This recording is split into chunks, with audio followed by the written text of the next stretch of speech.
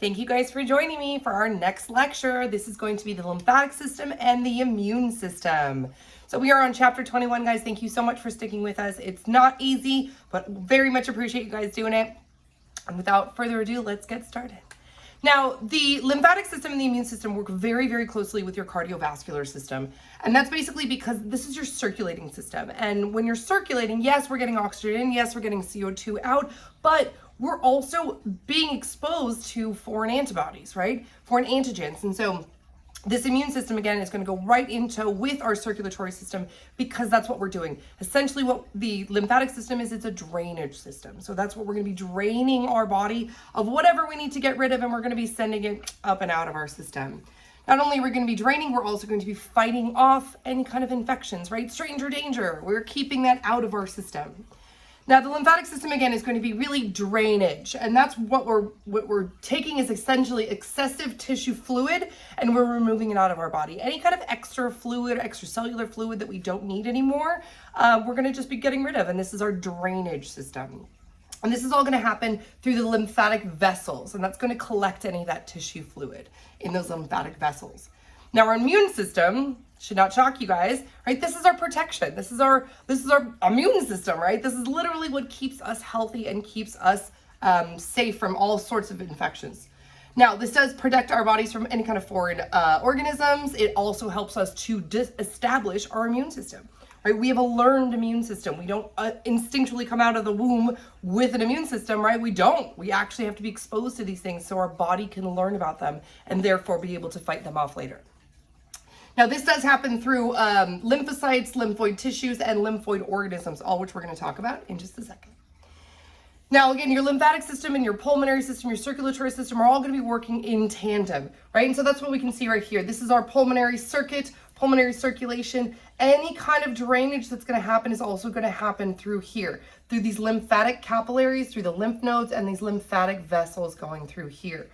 And any of this, again, tissue fluid or anything that we need to drain or get rid of is all going to flow through this lymphatic vessels and the lymphatic capillaries. So essentially what we're doing is we are returning interstitial fluid back from the bloodstream, back to the bloodstream from the cells. So just like we have deoxygenated blood all over our body, we're returning it to the heart. Same thing. We have all of this interstitial fluids that we're returning from the body back to our lymphatic system, back to our bloodstream so that we can get rid of it. Now, this also includes the transportation of things like lipids and vitamins into the bloodstream, right? We need to everything and we need it all over our body. So this is going to help with that transportation. This is also where we produce and mature these lymphocytes, and these lymphocytes is our immune system, right? So this is kind of important. And this is really where we get our immune system response. This is where the original trigger to these antigens is going to happen. It's always going to happen through our interstitial fluids. And that's going to be kind of like our chemical signals going like, hey, we need help. We need to fight this off. We need to get rid of this, etc. So essentially what you have is you have lymph, and lymph is this interstitial fluid. And what that is essentially, again, it's just extracellular fluid that we don't need, things that are going to have solutes in them, any kind of foreign materials, any kind of, right, anything that we're transporting. Essentially, this is our drainage system. Now, this lymph is going to drain into lymphatic capillaries. We already talked about capillaries, right? Areas that are great for diffusion, right? Any kind of things that we need to pull out or put back in. In this case, we're pulling things out. Right, we're going to send them to the capillaries. The capillaries are going to feed into the vessels, just like our circulatory system already did. Those vessels are going to fill into lymphatic trunks. And then finally, those lymphatic trunks are going to fill into lymphatic ducts. Now, this all is composed by lymphatic cells, lymphatic nodules, and lymphatic organs working in tandem to get all of these drainage processes occurring. And that's what you can see right here, all over the body. We've got the cervical lymph nodes up here. We've got the auxiliary lymph nodes here and here. You've got your thymus sitting right on top of the heart. You've got your thoracic duct coming through your thorax. Okay, coming down, you're going to see your thoracic duct right here. Meeting in this cisterna chyli right here. This is going to be our spleen off to our left. We've also got our mucosa-associated lymphatic tissues known as the MALTs, which are going to be found here in the small intestines. Here we've got the inguinal lymph nodes right here and right here. This is going to be our red bone marrow right here in our femur. And then you got our lymph vessels coming all the way down and all over our body. Now, these lymphatic capillaries, again, are going to work very similar to our other capillaries, right? It's a small system of these very tiny capillaries that are going to allow for this simple diffusion. Now, these are very similar to blood vessel capillaries, except they're slightly larger. And that's what you can see right here, kind of intertwined. We've got our arterioles right here, we've got our venules right here, and you've got our capillaries here. But in between that, we've got this network, this mesh network, and that's going to be our lymphatic capillaries. Now, these guys are different because these are one way. So we're not coming in from, well, I mean, they're all one way, I guess, coming in from one side. But these guys have a dead end, I should say. And that's what we can see right here. So this is going to be, right, this dead end right here, this one-way valve where it's going to allow all of this influx of this interstitial fluid to come in here and then go in a single direction coming up and out there. Now I should mention that these are held in place like with anchoring filaments, just the way normal capillaries are. Again, we want to keep them up, we want to keep them open, right? We don't want them collapsing on each other. So that's basically what these are right here. These are just going to be this anchoring filaments around here, and you can see right there. Now, here is our overlapping endothelial cells, right? Open to the environment. There's always going to be some kind of epithelial cell, but in this case, we're internal, so it's endothelial. So we're moving down here. This is the direction of the lymph flows. All of these valves are going to be, again, one-way flows, preventing that backflow, just like we saw the valves in the veins, right? Moving one unidirectional motion. Now, these lymphatic capillaries are going to merge into these lymphatic vessels that we talked about. Vessels, just like the veins and arteries. Essentially, what these are going to do is have valves like the veins, but this is to prevent, just like the veins, to prevent that pooling of the lymphatic fluid. And we're going to see why we want to prevent that fluid pooling up in just a second, because some bad things can actually happen.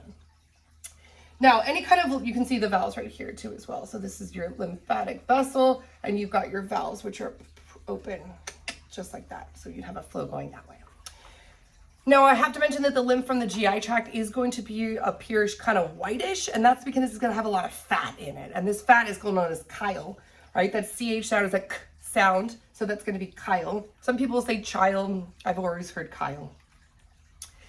Now, depending on whether you're going to or from one of these lymphatic vessels, all right, is going to determine if you're afferent or efferent. So afferent is going to be bringing the lymph to the lymph node, right? Kind of just like your veins, right? Veins are bringing it to the heart. Afferent to the to the lymph nodes. Efferent is essentially we've now cleaned it, whatever we need to do, and we're sending it out, right? So we're taking that filtered lymph from the lymph nodes and we're sending it back out. Now, this lymph, I should say, may pass through several of these different lymph nodes in a cluster, so that you can go from one to one to one to one to one. Same thing, always afferent if you're going to, efferent once you're leaving out after that. And that's what we can see right here. We already talked about the cervical lymph nodes, the auxiliary lymph nodes, inguinal lymph nodes right here, and then you've got all these little lymph vessels coming out here. Now, how do we get this unidirectional flow? Well, we use the valves, but how do we actually push it since it's not really connected to the heart? In fact, it's not connected to the heart at all. Well, it's kind of similar to our veins, right? We are going to have that contraction of our muscles. It's going to help flow, right? So we do have the bulging of the skeletal muscles is going to help. We also have pulsating of nearby arteries is going to help that boom, boom, boom, boom, boom, kind of slowly working its way. And again, each of the valves is going to prevent it from going back. So as long as we go forward, we should be okay. And then finally, we do have the tunica media of the lymph vessels themselves are going to help move that flow. Now, we do have specific lymph trunks that are going to be draining from very specific areas. So specifically, the jugular is going to be, right, your head and your neck. This is going to be your jugular, just like your jugular veins, right? Same kind of thing. It's going to be your jugular trunks are going to drain anything from up here. You've got your subclavian trunks, which is going to be right here. Again, it's going to be your upper limbs, your breast, your superficial thoracic wall. Next up, you have your bronchiomediastinal trunks. This is going to be draining from your deep thoracic structures. Finally, your intestinal trunks, which is going to be most of your abdominal structures, always draining right there. It's going to be kind of found right in the center. And then your lumbar trunks, which are going to be any of your lower limbs, right? Any of the abdominopelvic walls, your pelvic organs, any of that basically right in your lumbar trunk area. All right, and that's what we can see a little bit right here. So we've got our jugular trunk coming right down here. We've got our subclavian trunk meeting it right in this little fork here. We're basically coming down. This is going to be our thoracic duct coming down through here. This is that cisterna chyli that I was talking about. You've got the branch going here for your left lumbar. Your right lumbar would be over here. And then you've got going straight down, that would be your intestinal trunk going right along here. Let's see, we also had our bronchiomediastinal trunk going right here. And then you can see again the right subclavian and then the right jugular right there.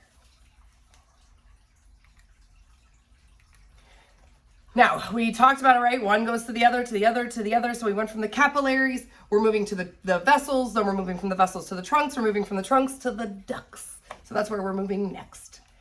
Now, there are two of the ducts. We have the right lymphatic duct, and that's what you can see right here in the darker green. And then you have your thoracic duct, which is pretty much the rest of your body. So the thoracic duct is much larger than the right lymphatic duct because it's basically filtering your whole body, right? It passes through the aortic opening of the diaphragm, removes through the lymph junction down here between the left and between the left subclavian and internal jugulars, right? And then basically all throughout the body right here.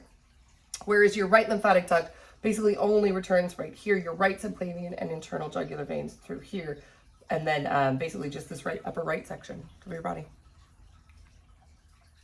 Now, the cisterna chyli that I talked about is going to be this kind of center region right here, and it's basically going to be this rounded sac-like structure at the base of the thoracic duct, right before you get into the intestinal duct that we just saw on this one, right? And that's, you can see right there. Kind of hard to see in this one, but this is going to be your thoracic duct coming down through here, and then this is going to be your little cisterna chyli right here, and this is all sitting just deep to the aorta. And this is just another view of that. We've got the right jugular trunk, the right subclavian trunk right here. We've got the right lymphatic duct right there in the center. And then you've got that, again, bronchiomediastinal trunk coming down here, the thoracic duct coming down here, and then you've got that cisterna chyli right here. And then your left lumbar, your intestinal, right in the center, and then your right lumbar going that way. Right, thoracic duct. So this would be right lymphatic duct, this little tiny guy right here, thoracic duct. This big guy right here. So vastly, vastly different in size. And then right, that cisterna chyli right here. Okay. So just like the capillaries of our circulatory system, these guys work very, very similar, except they are dead ends. So that's what you can see right here, and that's one of the biggest difference. So these are known as the blind-ended tubes. And essentially what you have is you have these endothelial cells, which are kind of stacked on top of each other, but they're stacked with small little gaps. And that's what those are, flap-like mini valves are called. And that's what you can see right there. So because these are basically openings, right, you can allow that drainage to kind of come in and flow in. And that's what you can see right here, right? So we're basically sporadically spaced, sporadically spaced throughout our capillaries here. Right? And that's what we're going to be doing. We're going to be flowing in that tissue in through here and all along, right? From these capillaries to the vessels. And that's what you can see right here. From the capillaries to the vessels, right? Collecting with these lymphatic vessels here with the little valves, moving our way to the lymph nodes, right? Getting cleaned, moving then through the lymphatic trunk, through the lymphatic ducts, right? Around the heart, just like these guys would. Right? This is our circulatory system here. This is our lymphatic system. Okay, so still moving from the body to the heart, right? But in a slightly different mechanism than our circulatory system, which you can see on the outside of this here, but very, very closely related. Now, we did talk about what happens if you don't have, right, flow in the proper direction, or say maybe some of your valves aren't working, or you get that buildup, that blockage that we've had before. Bad things happen, and that's what you can have right here. So edema is known as swelling, right? Swelling of the body. But lymphedema, right? So essentially it's swelling caused by the blockage of the lymphatic system. So when I'm talking about draining, imagine you have all this extra fluid, but you can't drain it anywhere. It doesn't go anywhere. So that's when you start to bulge and bulge and bulge. And that's what you can see right here. This is known as elephantitis. This is extreme lymphedema. So you basically have all of this pooling and pooling and pooling and filling up of these lower limbs because we're not getting the proper drainage that we need to. And this does happen a lot in Southeast Asia and Africa. And it's essentially caused by this little worm. It's this little filarial worm where it infects the lymphatic system so that you don't have that proper drainage. And that's what you can see right here. And I can imagine how painful this would be, right? If you've ever had any kind of swelling of your fingers, maybe if you're hiking a lot and your hands are down, they hurt a little bit. Can you imagine the swelling and the pain that's going on here? It just sounds absolutely awful. So this elephantitis is, again, extreme lymphedema. Edema is just the swelling, and you have this elephantitis, this giganticism, unfortunately. And it can be just a tiny little worm that infects the water. So always important to drink clean water, especially if you're in a foreign country and you don't know, because you could get something like this. And it's something tiny that's just going to live in your system, but it's really going to cause some serious damage. So not good. Now, elephantitis is named elephantitis because it's almost like the giganticism, different than the Elephant Man. So this is Joseph Merrick, historically known as the Elephant Man. This is actually not an edema. This is not elephantitis, true elephantitis, even though he was called the Elephant Man. They believe this was some neurofibromatosis, basically type 1 or Protus syndrome.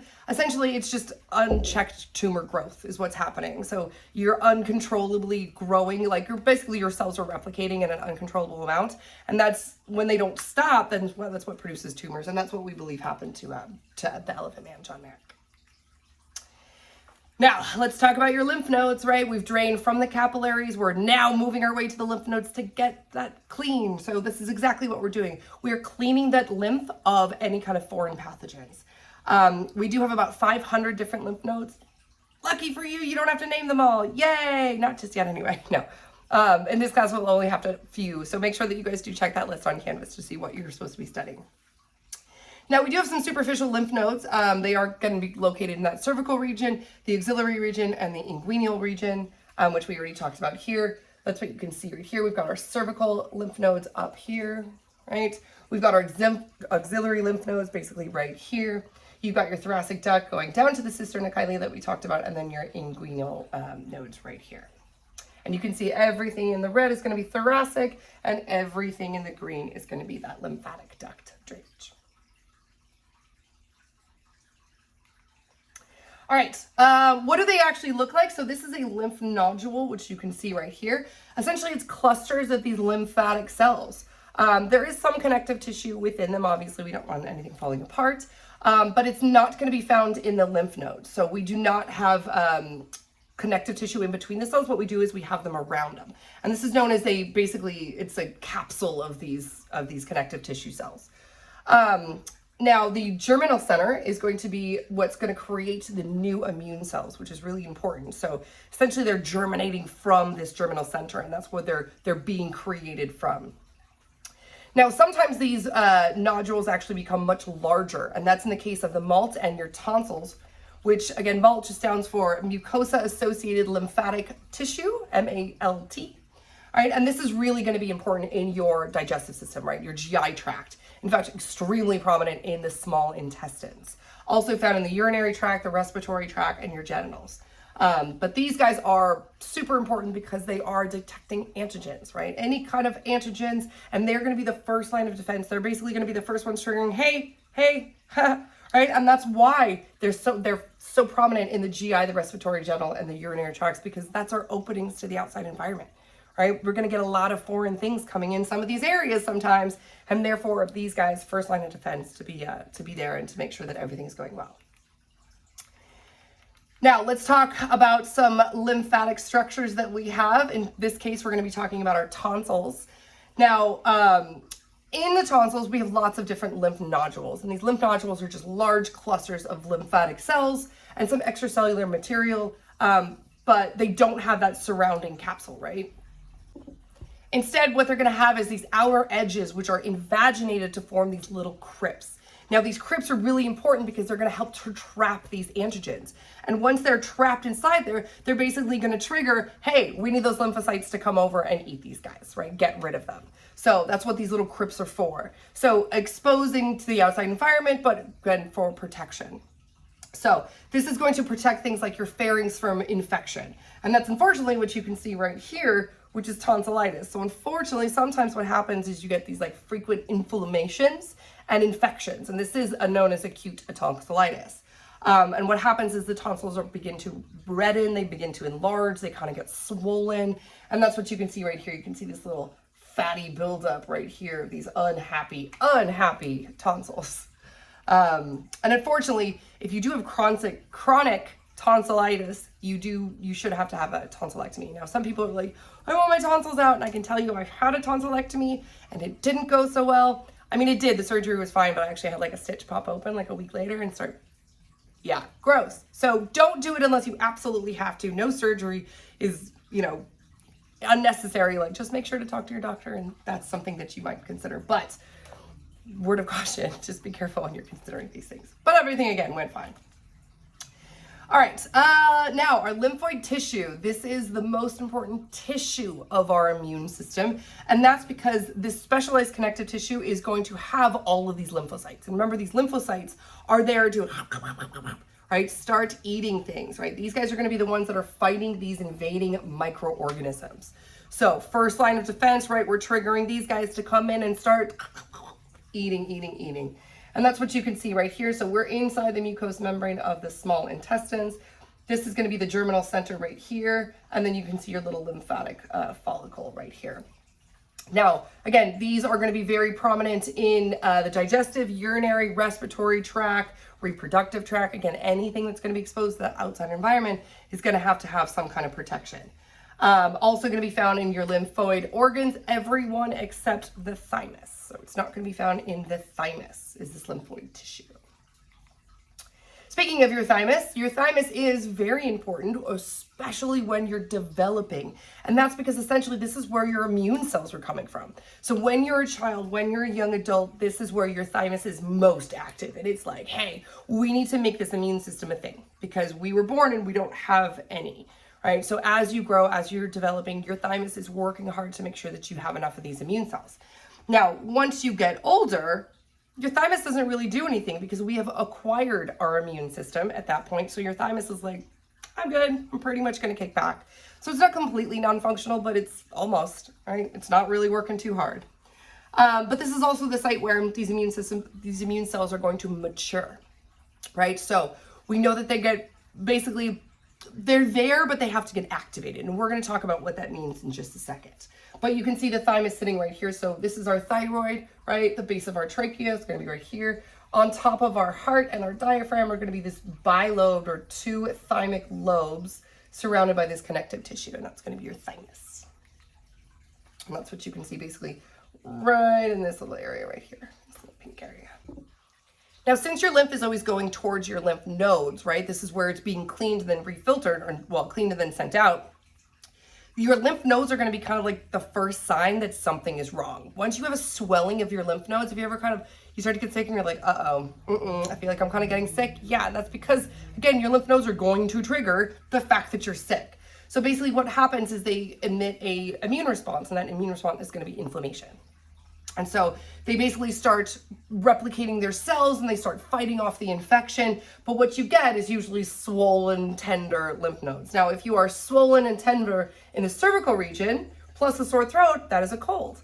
If you're swollen and tender, lymph nodes are all over your body, and you have a sore throat plus a fever, that's mononucleosis, or mono, right? The kissing disease.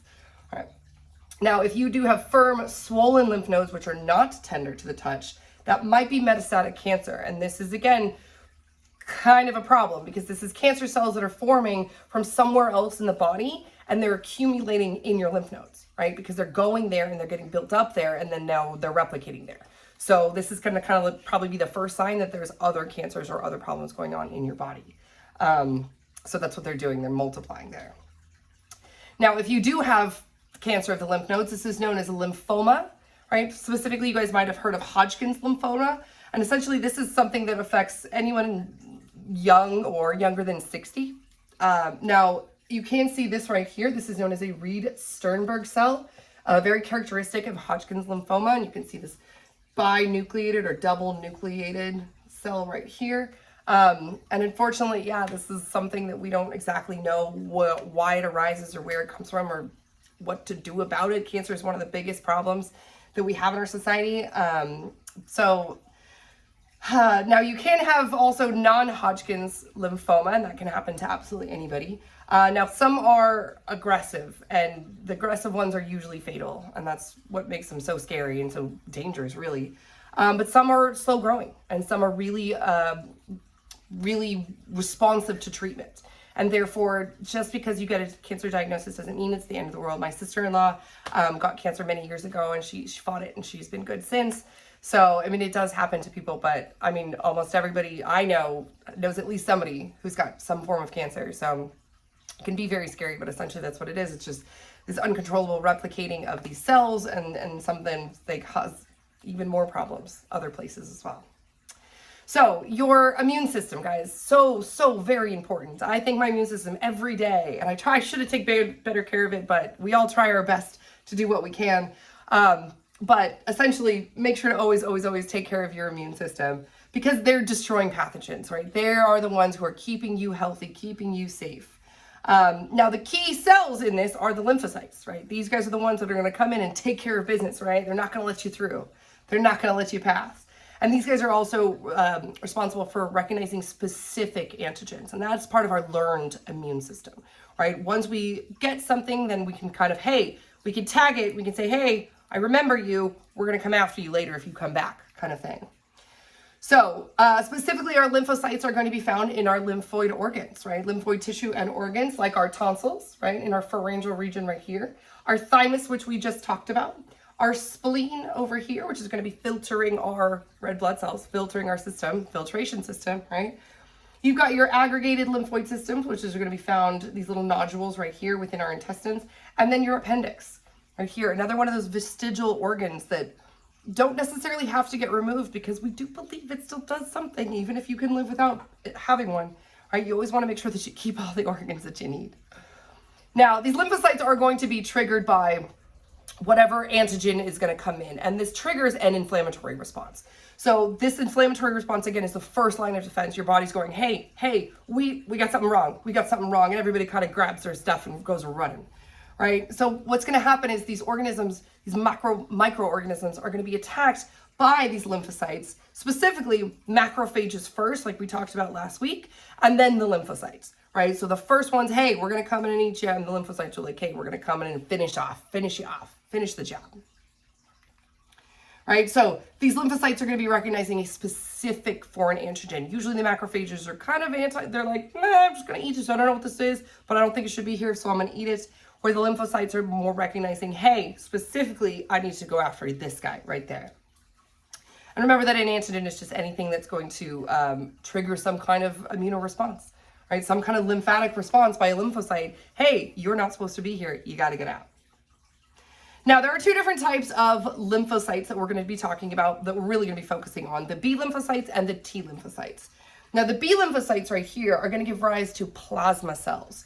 And these guys are going to secrete those antibodies. So these guys, right, those B lymphocytes, once they give rise to the plasma cells, these are the ones with those little protein markers. And those protein markers are those antibodies that get basically attached to the bacterium, and now they're marked for destruction. They go, hey, anybody with this little marker right here is going to be macrophage. Essentially, the big guy's going to come in and be like, great, you told me to eat him? I'm going to go eat him. Great.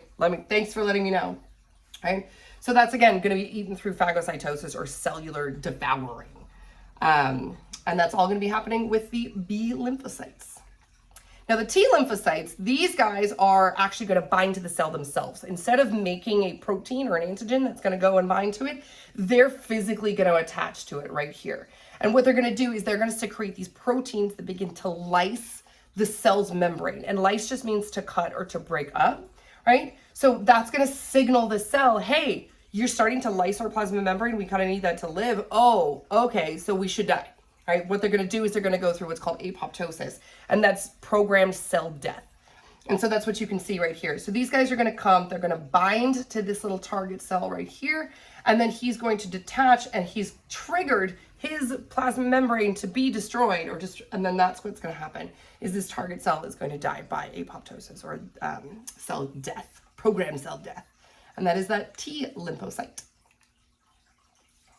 Now, all the lymphocytes are going to originate in the bone marrow, right? But the T lymphocytes are going to travel to the thymus gland, hence T thymus, whereas the B lymphocytes are going to stay in the B bone marrow, right? T T, thymus, B, bone marrow.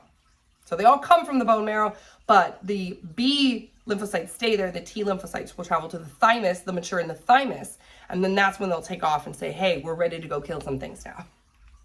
Which sounds terrible, but that's what our immune system's for. And that's what we can see right here. We have our bone marrow, right? Our red bone marrows. We have those little lymphocyte precursors, right? You're either going to travel to the thymus and mature and become that T lymphocyte. You're going to stay in the red bone marrow and become that B lymphocyte. Either way, once you are ready and mature, you're going to go to those lymph nodes. And essentially what you're going to do is once, again, you've matured either in the red bone marrow or the thymus, and then you're going to get into the secondary lymphoid organisms and begin circulation. So you're still not activated yet, but you are in circulation. So this is known as immunocompetent. So these guys are developing, right? They're developing through the maturation, and they're developing that immunocompetence and self-tolerance, right? So they're basically learning how to be a little cell. And then what you do is they basically release into that circulating organs, and then they're kind of waiting to get activated. Now, once that antigen actually encounters, right, these little lymphocytes, that's when they get activated. So the antigen is going to, this antigen receptors are going to bind to the antigen, and now your lymphocyte is considered activated. So once you have this little guy come in, right, he's going to trigger this guy, and now we have what's known as proliferation and differentiation. So you're basically proliferated, right? You're now going to start to multiply, that's proliferation, right? And then differentiate. You're going to differentiate into what type of effector cells you need to be, right? Effector or memory cells. And memory cells and effector cells are essentially circulating continuously through the body, and they're going to be binding to these different lymphs and lymphoid organs to basically do their job, right? To keep everything clean, to make sure that your immune system is running efficiently. So that is, again, start to finish from the red bone marrow to proliferation and differentiation. And that in a nutshell, guys, is the lymphatic and the immune system. Remember, you're going to learn a lot more about this once you get to physiology, but we're right now just learning the names of things, basic functions, and where they're located. So if you guys have any questions, please let me know. As always, I'm here for you guys. Email me through Canvas. Otherwise, I will see you guys next week for our next lecture. Thank you so much, and I will see you soon.